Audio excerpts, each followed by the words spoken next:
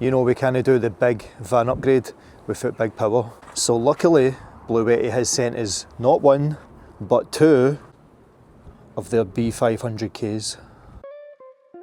Hi guys, welcome back to the channel. Holy macaroni. It feels like Christmas in the middle of July, because as you saw in that intro, BLUETTI has sent two of their B500Ks expansion batteries, 5,120 watt hours each, 10,240 watt hours. I can't even comprehend that I've got that much power sitting in this van. Look how little room they're taking up. So the beamer is just about halfway to the middle of the van. We still have all that space up there, and we still have all that garage space. And that's the benefit of long wheelbase vans. I spoke to my good friends over at BLUETTI and I told them about the plans I had for Dobby 2.0, and they literally wanted to throw their weight behind the new van build, in which case they have with two B500Ks. So these are the B500Ks, and these are the bigger brother of the B300Ks. On the B500Ks, they're strictly expansion batteries only, so there's no ports, there's no outputs. It literally only has two expansion ports, battery percentage indicator, and a power button. That's it. So to put it bluntly, these on their own are pretty much useless. So if you're thinking you could just get this instead of, say, the Apex 300, because it is pretty much the same size as Apex 300, then you're going to be massively disappointed, because these don't have an inverter, so you can't plug in 12 volt, can't plug in DC, AC, it's strictly just a battery. But when you pair it with compatible devices here and the Apex 300, the B500Ks become a different beast altogether. So what is beast mode? You can basically stack 6 of these B500Ks connected to the BLUETTI Apex 300, giving you 33,485 watt hours. That's crazy, but that isn't even the crazy part, because like I showed in the Apex 300 video up here, you can daisy chain 3 Apex 300s and 18 B500Ks together, giving you a massive 100,000 watt hours worth of power. Basically, with the configuration that I've got here, this is 13,000 watts worth of power in a long wheelbase Renault Traffic. So let me show you how you connect them up. So the reason why I haven't done an unboxing of the B500Ks is they only come with a manual and one of these locking cables. So you want to get the cable that comes with the B500K, and you'll notice on the cable it says lock and unlock, and then on the side you've got a wee button, and that's just basically for when you plug it in, you'll hear a click, and to release it you basically press the button in. So let's get it connected and just push it in and you'll hear it click, and then the same with the Apex 300. And if you do want to get them out, you just basically press it and pull. So to make sure that these talk to each other, you need to press the lock on both devices, and that's it. And the good thing is now when I turn the Apex 300 on, the B500K will come on straight away as well.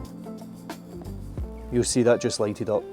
If you want to put the other one on, it's the exact same process, where you basically put this on top of the other BLUETTI B500K, put in the other expansion cable, and the Apex 300 will act like the controller for all batteries. But we'll cover that later in the video. So for the features, we're just going to cover it on one B500K. So dimensions wise, it's 20.47 inches by 12.87 inches by 12.15 inches with a weight of 45 kilograms, using LiFePo 4 technology, powering a 5,120 watt hour battery with over 4,000 charge cycles before it gets to 80%, lasting up to around about 10 years. Charging wise, you can charge it with the SolarX 4K up to 4,000 watts, hub D1 and DC hub at 700 watts max, and alternator charging like the charger 1 and 2 at 1,000 watts max. Charging time can take around 2.1 hours to 80% at 2,990 watts AC max input. The expansion ports are rated for 58.4 volts max. You can expand up to 100 100,000 kilowatt hours with 3 Apex 300s, or 33,485 with 1 Apex 300. They are durable and safe with wireless internal framing, making it resilient to real world knocks and shocks, so having these driving about in the van aren't going to be an issue. You can have wall or trolley setups, so you can mount it to save space or move them on wheels for easier positioning. Let me show you in its full glory what this looks like stacked up in a Renault Traffic van.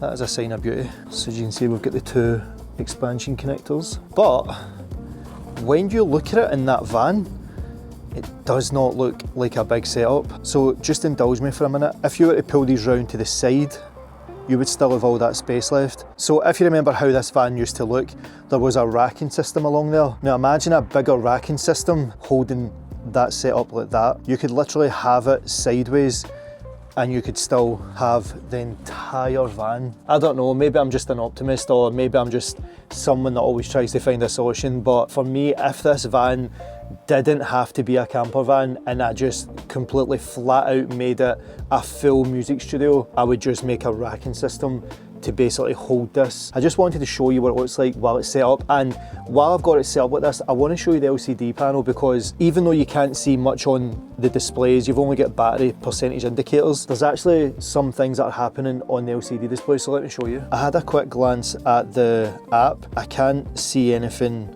regarding having these set up. I mean, the way that it is working is the 100% is the sum total of all 3 batteries. So when these start depleting, that's when the percentage goes down. So let me show you the LCD display, because there's more on that than there is in the app. So nothing's out of place on the display so far. We've still got the DC inputs, AC inputs, outputs, and the Bluetooth and the percentage. So I've actually disconnected all the expansion batteries, and all we've got is the Apex 300 on. Just now it's saying we've got 9.8 days. Now look what happens when I put on one of the B500Ks.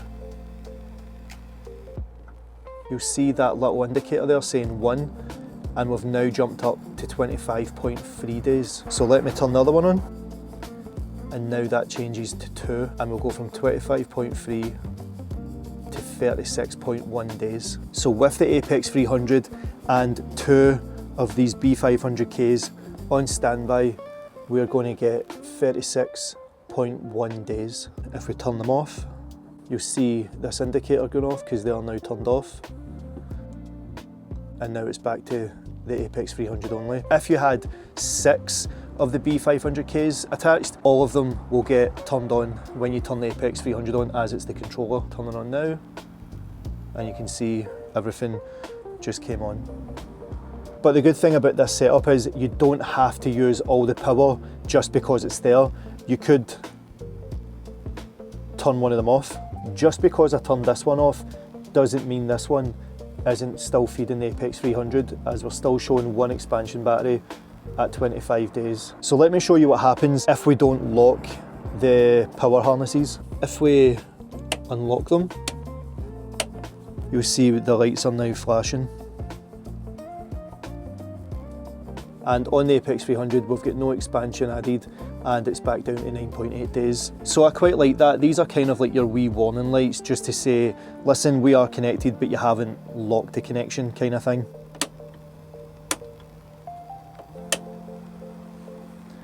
And then we are back to 2 expansion at 30.4 days. So the cool thing about it is when you're charging them, as you can see in this video here, I had them stacked up like this, and I was going in through the AC on the Apex 300. The Apex 300 just looks at the other 2 batteries as they're all the one unit, so they basically all charge evenly, and it gives you an indicator as well how long it's going to take to charge. So I think I've talked enough about it. I think we need to actually get into some testing and see what kind of performance we're going to get out of it, and more importantly, how many days we're going to get using certain devices. So let's get to testing it.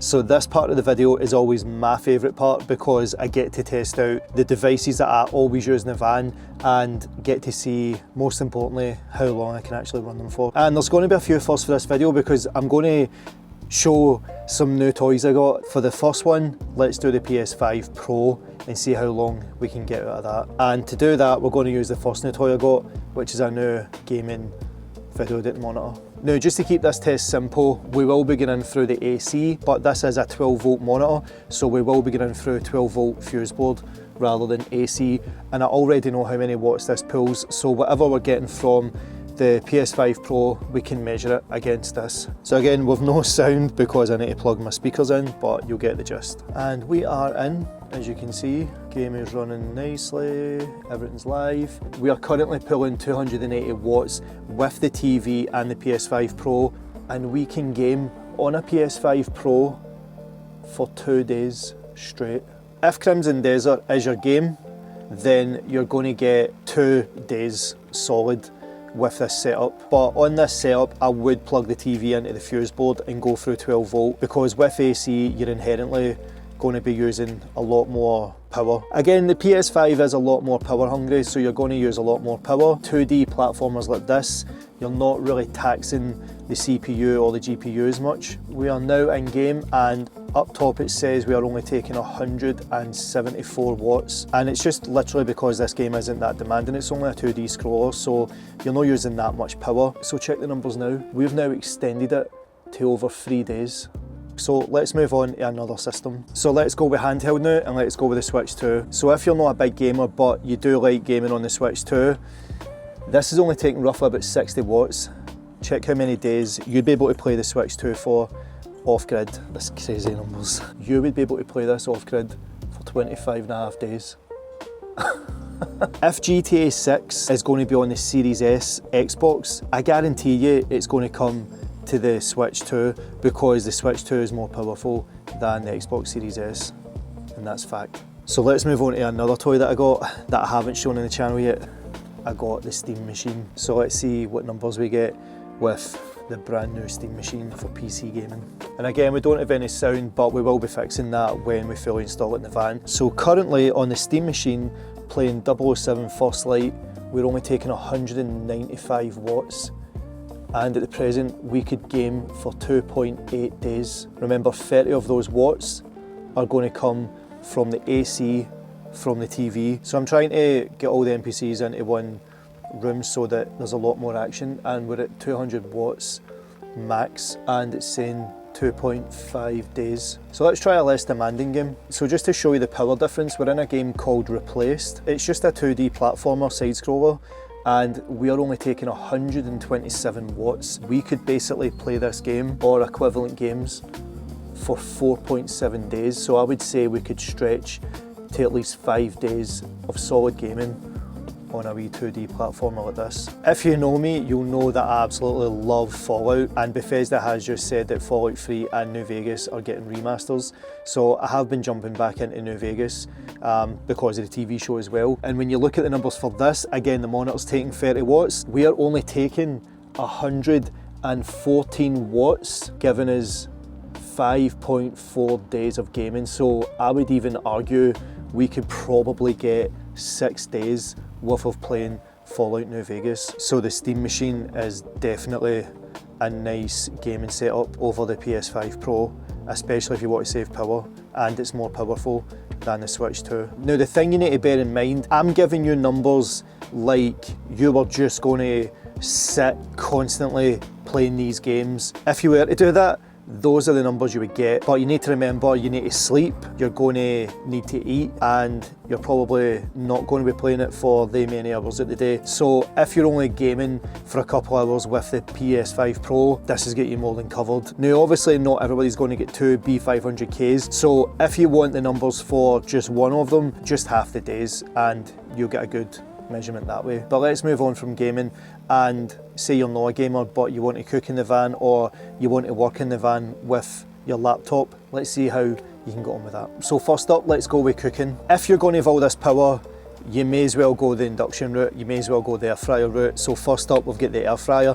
Now the air fryer is the same rating as my induction hob, and it's rated for 1700 watts. So really only need to test one of them. And since the induction hob's had a lot of screen time recently, let's go back to the air fryer. And I dare say with this setup, with especially the Apex 300, you could have the air fryer going and the induction hob, because you're going to be well under that 3840 watt limit. And we'll just turn it on. So we are currently bringing in 1600 watts, so close to that 1700 watts mark. And we could run this air fryer non-stop for 7.4 hours. The most you're going to run that for is maybe 15, 20, 25 minutes. 7.4 hours running a 1700 watt air fryer. So next up, let's see how many watts we take from working on a MacBook. Now, this is the MacBook Pro M1 Max, so let's see how many days we can get if we were working in the van with a laptop. So just now I've roughly got 80% on the battery and we're only taking around 70 watts. So we could actually work in the van off-grid for 11.6 days. So if you take one of the B500Ks away, you could equate that to maybe 5-6 days, but that's still a week working in your van on a laptop. So if you've got solar on your roof or if you've got a foldable panel, you can trickle charge this and you're constantly putting power back into it, so you're actually putting back what you're using. And again, this is only taking 70 watts, so I'm loving what I'm seeing so far with these numbers. So let's get to the pros and cons. And can I just say as well, even with all that testing, we haven't left 100% mark.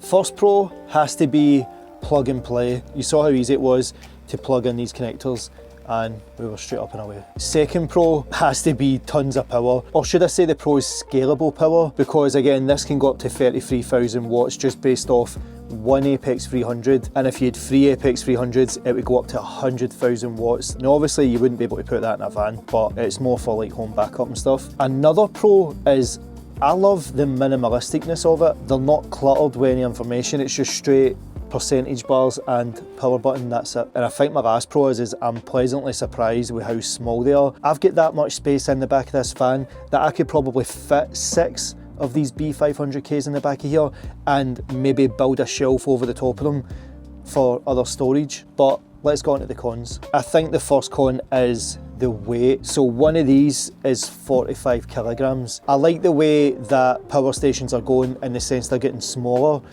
They just need to start getting a wee bit lighter the bigger the capacity now. Another con for me is the short cable. These power units are primarily for home backup power. They're not built for van life. Again, on the channel, I love testing things to see how far we can push them. But for a van life scenario, yes, you could probably get away with it with just the 2 of them up like this, but there's no way you'd be able to put them side by side. It's just not flexible enough for that. You'd probably break it if you tried to force it. And I think my last con is the B500Ks don't have any AC input. So if your battery was getting low, you couldn't just take this out and plug it into AC mains to just top it up with power. You would need to charge it through a controller like this or the other compatible power stations. I mean, it can charge through solar alternator charging and stuff, but it would have been nice if there was an AC socket just so that you could charge it up on its own and then you're ready to go. Again, this is for home backup power. BLUETTI is imagining that you're going to have these stacked, or at least one of these stacked. You're not going to buy this just on its own, like I said earlier. If you're going to be charging this, this is going to feed into that. It's only a con for me because there's no convenience of taking the battery out and charging it through AC. It has to be through a controller.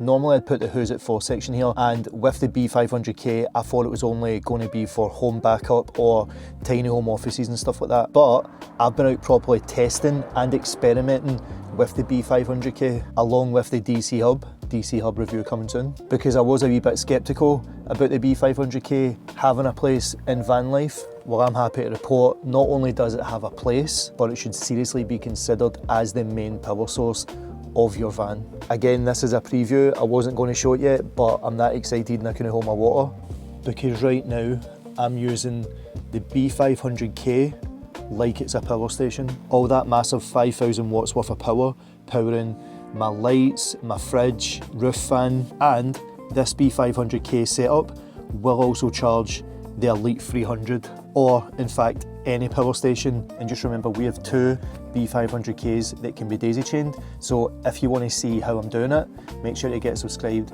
and you'll see soon enough. So guys, if you do want to go and pick up the B500K, or even if you only need the B300K, then I'll leave a link to it in the description, and if you use that link along with my promo code BLUETTIRobot, you'll get a nice 5% off your total order. So guys, that's going to cover it for this episode. Let me know what you think of the B500K. For what I'm looking to do in this van with music and gaming and stuff, this thing is just going to be a beast. So if you did go and enjoy the video guys, let me know in the comments, and if you haven't already, why not get subscribed and hit that bell notification so you're always notified when I drop a new video. Bluetti also sent out their other hub D1. This is a DC hub and this plugs straight into the charger too. So I'm going to do a video on the DC hub as well, so if you want to see it, make sure to get subscribed. So thanks again to Bluetti for sending out the two B500Ks. It's going to transform this van and the content that we're going to be doing on the van. So until the next one guys, peace.